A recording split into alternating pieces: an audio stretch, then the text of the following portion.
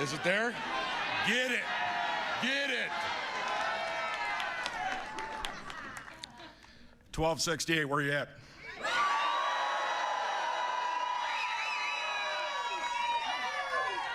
$2019, you remember that, the contract? What'd they have slated for us? Okay. But yet you guys still came to work, you did your job. You were hoping something would happen. December 9th, 2022, when corporate came in, said they're moving up the data idling, closure. You guys still came in and did your job. The difference we had was the leadership that was getting put in place. Somebody that was going to fight for us. We got lucky enough to get Brandon Campbell, Regional Director. VP Rich Boyer. And President Fain. Three guys that they haven't forgotten what it is to be on the floor. Brandon Campbell, he's from our local. He wanted this as much as we wanted it. Don't forget yourself. Well, and I was getting to that. So I wouldn't have ran if we didn't have that leadership here. With having our back, I wouldn't have ran. There's no way in heck. Knowing that these guys were coming in, I knew we were going to witness history. I knew if Belvidere was going to get product, it was going to happen under these guys' watch, and it did. It's unreal. It's more than what we could have hoped for. So, little background here. 3 weeks in office, I get a call from President Fain's office saying, "Hey, I want you to meet with President Biden tomorrow." Okay. I knew it was a joke. I said, okay, I'll pack my stuff up and I'll head to Washington and go meet with him. No, he's going to be in Chicago. Woo, okay, it just got real. I'm going to meet with President Biden. Nervous as hell. Got out there and they treated me good. Got a chance to, actually meet the man, meet the President of the United States. Unreal. Something I never thought I would have had the opportunity to do. But when they called my name as I'm coming into the room where the president's at, I believe all they got out was UAW, and I don't think anything else was said. President Biden kind of walked to me and said, "Matt, come here, let's talk about Belvidere and Local 1268. Came out of his mouth talking about small town America. I couldn't believe it. Lost for words. Anyway, we did our pictures, our conversation. He asked me about what was going on at the plant and stuff like that. I'm scanning the room. I'm seeing people in there. They're taking notes. And he asked, "Well, what can I do?" Well, make some calls. Anything. We could take the help, all the help we can get. Well, I saw the notes being taken. When I left, I have to believe that call happened. And to this day, I believe those calls happened. I think we had quite a few people out there helping us. We may never know who they all were. We had our protest or our picketers. We had Sean, Brandon, the whole IEB board, Richie Boyer. We had you guys going out to different locations. Now think about it. The stand-up strike, Sean's strategy. It was a movement that went across the country. It inspired so many people. It inspired the man I get to introduce because he came out and stood with the picketers. He's always been for us, with us. He proved that. So, it is my honor to introduce the guy that you guys have been waiting on, President Joe Biden.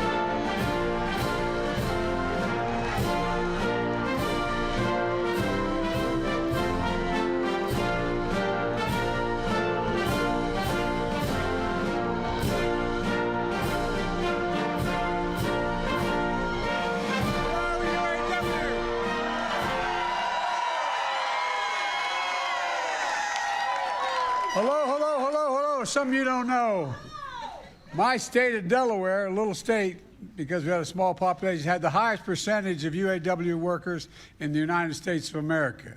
We had the largest GM plant. We had the largest Chrysler plant outside of Detroit. And we had a lot of shipping as well. But here's the deal. I got raised on automobiles. My dad ran an automobile. He didn't own it. He ran an automobile agency for a long time.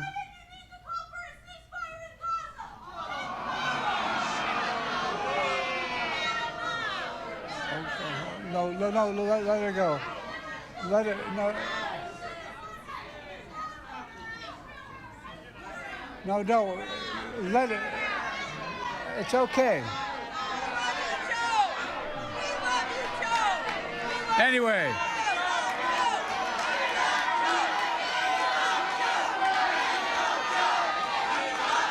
Look. I guess what I'm trying to say to you is, I grew up in neighborhoods where I know what it likes when the plant closes down. The large General Motors plant, as I said, largest Chrysler plant. When they shut down, people lost their sense of pride. Neighborhoods were in real trouble. People wondered whether they're going to stick around, what was going to happen to their families. It's a big, big deal. So this opening of Belvidere again is a gigantic deal as far as I'm concerned.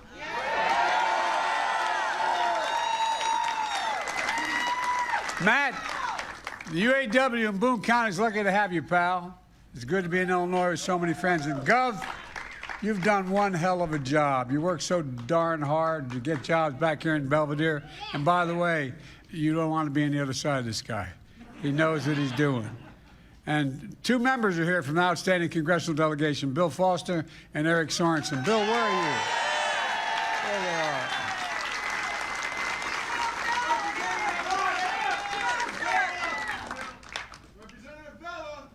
Representative Villa.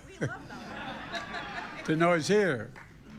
And one of your great senators, where are you? I'm sorry, man. And two of your great senators, Dick Durbin and Tammy Duckworth, can't be here because they're in Washington voting. They had to stay back. And by the way, they fight tirelessly for the people of Illinois. And Durbin busted his neck in this job, too, as well. Look, folks. They've worked nonstop to bring good jobs back to Belvidere. Two people of my team are here who did so much to support UAW negotiations. Our acting Secretary of Labor, Julie Sue, where are you, Julie, and Gene Sperling. I think Sean will tell you they did a hell of a job, and thank you to all the state and local leaders here today. But most of all, to the members of the UAW, you're tough as they come. First outfit ever endorsed me as a 29-year-old kid when I was running for the United States Senate, and with me my whole career. You know, the fact is, it starts at the top, though, with Sean Fain. Sean, you've done one hell of a job, pal. When I called Sean to congratulate him on this historic deal with the big three automakers, he said the credit goes to all of you out there, and it does. And it may be true, but it doesn't hurt to have a leader with a backbone like a ramrod. And that's Sean. You know, he and the entire UAW proved what I've always believed. Wall Street didn't build America. The middle class built America. And unions built the middle class. That was true in the 20th century. It's still true today. And Americans know it. That's why unions are more popular today than they've been in decades. About 6 weeks ago, I went to Bellevue, Michigan, to join your brothers and sisters in the picket line. I brought back a lot of memories of my marching on picket lines as a United States Senator. But what I didn't realize, it was the first time a president ever did that. It was second nature. No, I'm serious. I didn't know that. That shirt looks good on you. Well, I tell you, I've worn this shirt a lot, man. You have no idea. I've been involved in the UAW longer than you were alive, man.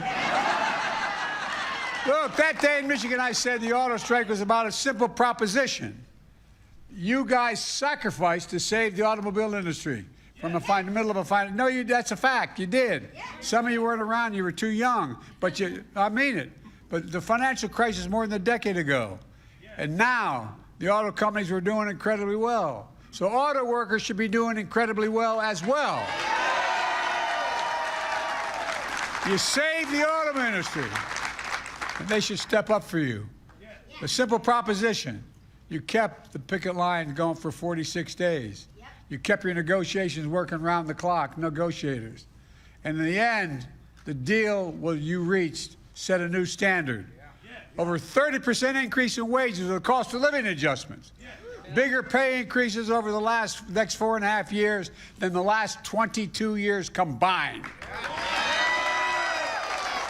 Greater retirement security, more paid leave. And commitments by the big three to create thousands more full-time middle-class jobs, investing tens of billions of dollars, building the auto future made in America. Look, folks, these deals are game changers, not only for UAW workers, but for all workers in America. Just ask the folks at Toyota, which last week announced it would significantly finally increase wages for their workers. You had no choice. They had no choice because of what you did. You helped everybody. And look, I want to thank you for your commitment to the solidarity for exercising your right to bargain collectively. You made this happen. And it's by the way, it's a bigger thing I think even you all realize. You're changing the face of the country economically. I also want to recognize Ford, GM, and Stellantis. They negotiated ultimately in good faith.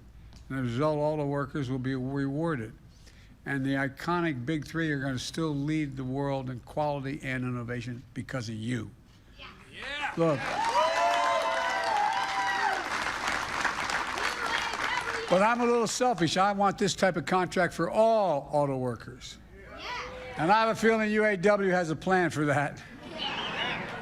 The future of the automobile industry will be made in America by American union workers. And I see the future here in Belvidere. Belvidere Assembly Plant was the beating heart of this community for nearly 6 decades, just like it was back in Delaware, where I was raised. 8 months ago, the plant idled indefinitely. 1,200 of you lost jobs. When that happens, a community loses more than jobs. It loses a sense of pride, loses a sense of being, loses a sense of dignity. What do you turn and say to your kids? What do you say to one another?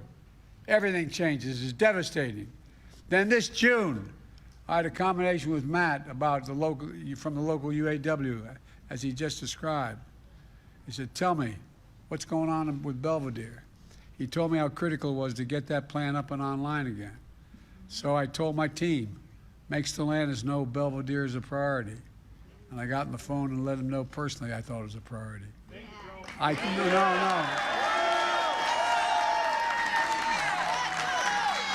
By the way, I can't take a lot of credit for that, but I watched it before. I watched it as a kid. I watched it as a senator. I watched what happened in my community. It changed everything. The state had a lot of other things going, but those folks were hurt badly. I can tell you one thing. It was my priority for you as well as a priority for all of you. That's why I personally brought it up with Mark Stewart, the head of North American Stellantis. Meanwhile, the UAW fought like hell to get these jobs back. And now you've secured nearly $5 billion in new investment to bring thousands of jobs back to Belvidere.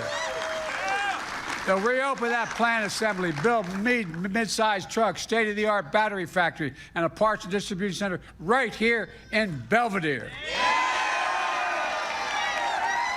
And folks, I'm fighting for a place like Belvidere because I came as a president determined to put an end to this trickle-down economics in this country. I mean, I'm serious. I'm deadly earnest. For too long, the wealthy and big corporations have done just fine, but the rest of us were cut out of that deal. Look, I see it differently. I don't look at the economy through the eyes of Wall Street or Park Avenue. I look at it through the eyes of the people I grew up with in Scranton, Pennsylvania, and Claymont, Delaware. My guess is that's how Sean looks at it, too, people he grew up with in Kokomo. Look, that view is that American workers are ready to work harder than anybody else. but they just need to be given a shot, a fair shot and a fair wage. That's not too much to ask. You okay? I want the press to know that wasn't me.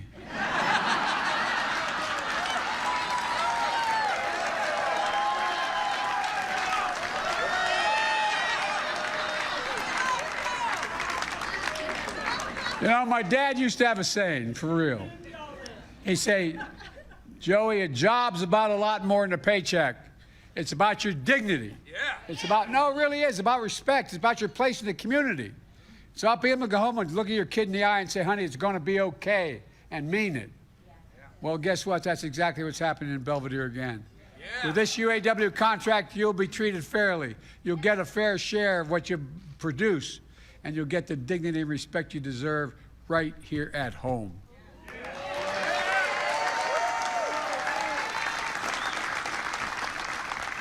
And I know maybe the press won't get this, but you all, or members of the union, will get it. And you'll be able to look your kid in the eye and say, honey, it's going to be okay.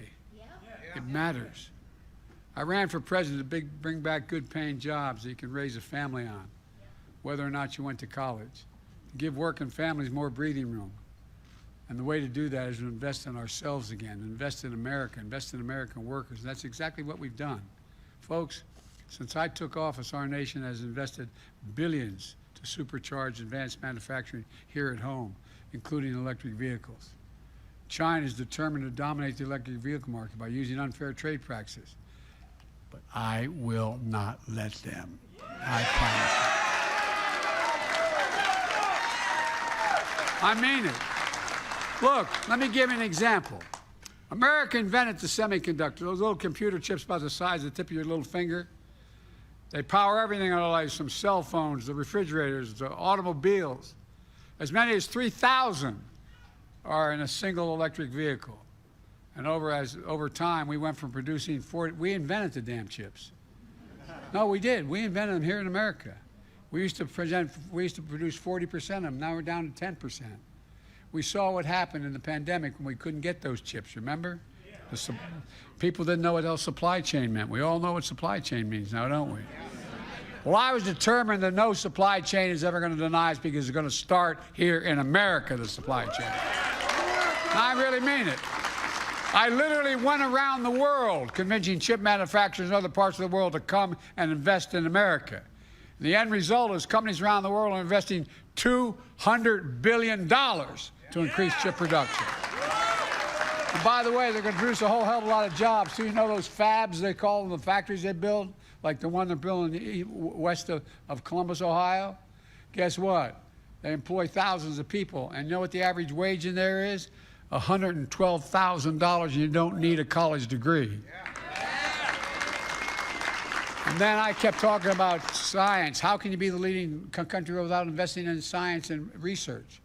And because of the CHIPS and Science Act, which I put together and signed into law, the United States is going to invest another $50 billion to manufacture these semiconductors at home.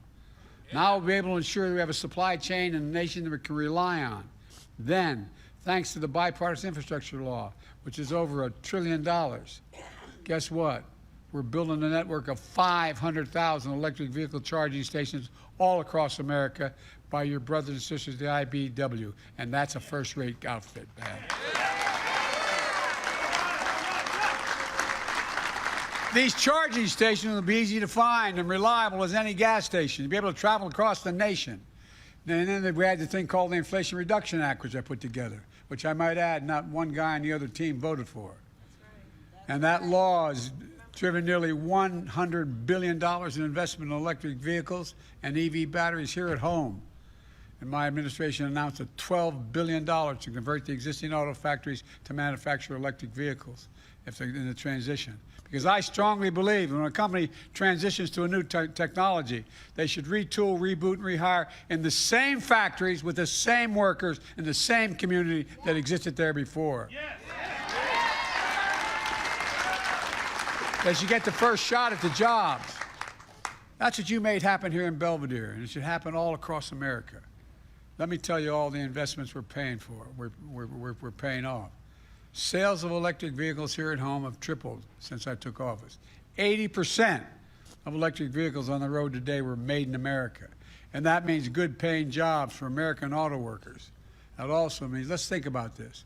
When my predecessor, the distinguished, anyway. We know.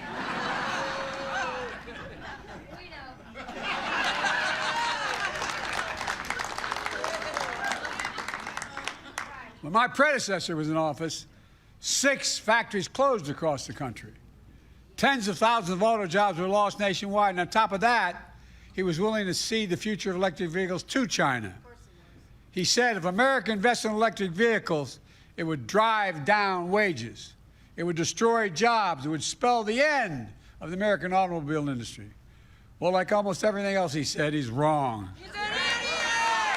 And you have proved him wrong. Instead of lower wages, you want record gains. Instead of fewer jobs, you want a commitment for thousands of more jobs. Instead of less involvement and investment, you encourage American automakers to invest $40 billion in American auto industry beginning now. $40 billion. Yes. And then we're going to shut down. Remember my other guy? Yeah. And here's the difference. When you're in the middle of a fight, I stood and others stood with you shoulder to shoulder on that picket line. Yeah. My predecessor went to a non-union shop and attacked you. Yes, he did! Yes, he did! I hope you guys have a memory. Where I come from, it matters. The truth is, if you hadn't listened to him, thank God you didn't. If you listen to him, since I became president, thanks to the investments we made in more than 20 new auto plants have opened across America. 20 new auto plants opened, not closed. And as a matter of fact, more already on the way, and 0 closed. My administration will keep working to make sure UAW has what it needs to outcompete China and everyone else in the world. I've reminded other world leaders it's never, never, never been a good bet to bet against America. It's never been a good, not a joke, not a joke. When we invest in America and Americans, we never lose. Look, it's been true through our history and it's still true today. Folks, you know what I knew growing up. For too long, the economy hasn't worked for working people in the middle class. And again, that's why I'm determined to build an economy, to build from the middle out and the bottom up instead of the top down. Not a whole lot trickle down to my dad's kitchen table from that trickle down economics. When we do that, the poor have a ladder up, middle class does well, and the wealthy still do very well, even though they don't pay their taxes. No, they got to start paying more tax, corporate. We all do well and America prospers. And the critical piece of growing the economy is worker power. I'm not just saying that. From an economic standpoint, it's worker power. You know, the agreements forged by Sean and the brothers and sisters of UAW show how collective bargaining gives workers a seat at the table. And when that happens, you ensure your wages and compensation honor your contributions. And your employers succeed as well. They don't lose, they succeed. They do better. They secure the pay and benefits you can raise on family on, retire with dignity. And I might add, the deals you struck show how collective bargaining works for companies as well. Look, the strong relationship between workers and management can mean record profits leading to record contracts. We're seeing it across the board, from UAW to rail workers, to port workers, to Teamsters, to health workers, to writers. Did you see they settled a strike? And you guys are really a harbinger. They settled a strike in Los Angeles. Now you'll be able to see whatever the hell you want to see. But look, it matters. I asked the U.S. Department of Treasury to do a full-blown study to determine, and they recently released a report showing that how unions are not just good for union workers, but non-union workers as well. Right. You're right. No, but everybody, for the longest time, you know as well as I do, 10 years ago, the reason we were in trouble was unions. It's the exact opposite. Unions raise the standard across workplaces and industry, pushing up wages and strengthening benefits for everybody, whether you're a union member or not. So let me close with this. Our economy has made strong gains since I came to office. We have the strongest economic growth and the lowest inflation rate of any major economy in the entire world. We got more to do. We got more to do. But our economy grew, we'll bore you with a statistic, 4.9% last year. That's the highest growth in 2 years. More people are working today than ever in the United States of America, more. Unemployment has been under 4% for 21 straight months. That hadn't happened in a long time. Inflation has come down 2/3 since last summer, and it's going to come down more. And wages are actually going up, not just in your industry, but wages are going up.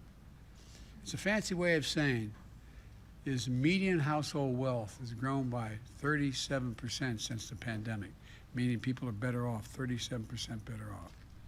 We have more to do, but we're finally building an economy that works for the people, working people, the middle class, and as a consequence, the entire country. When you look out at all of you in the communities like Belvidere, I see real heroes of your story. You know, you and the American worker, you're the American people. Because of you, I can honestly say, and I mean this from the bottom of my heart, I've never been more optimistic about America's future than I am today. And I know I only look like I'm 30, but I've been around a long time. We have to just keep going. Think about this. Is there ever anything America set its mind to as a nation that we've done together that we haven't succeeded? Not a joke. Ever. Anything. Well, you know, Donald Trump often says we're now, quote, we're now a failing nation. We're a nation in decline. And by the way, the reason I mention it is these mega Republicans. I don't know where they come from. No, I mean it sincerely. But that's not what I see. I, like you, I know this country. I know what we can do. And folks are given half a chance. That's why I'm so optimistic about our future. We just have to remember who we are. We are the United States of America. There is nothing beyond our capacity if we work there. Nothing, nothing, nothing. And you're making it happen. God bless you all. May God protect our troops. Thank you. Thank you.